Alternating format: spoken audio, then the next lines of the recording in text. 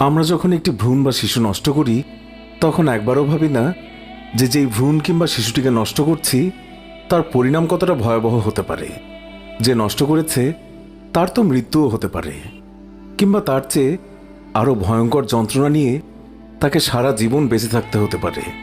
তার চেয়ে আল্লাহ রাব্বুল আলামিন আরও বেশি শাস্তি তাকে যেটা দিতে পারেন তা হলো তার জীবন থেকে মা হওয়ার অধিকার চিরদিনের জন্য বন্ধ করে দিতে পারেন।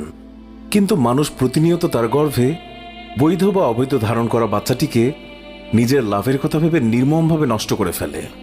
কোরআন শরীফে স্পষ্টভাবে গর্ভপাতের বিষয়ে কিছু বলা নেই, তবে কিছু নির্দেশনা আছে যেগুলো গর্ভপাতের ক্ষেত্রে প্রয়োগ করা যেতে পারে। আর ইসলামী বিষয়ে পণ্ডিতরা সেটাই মনে করেন।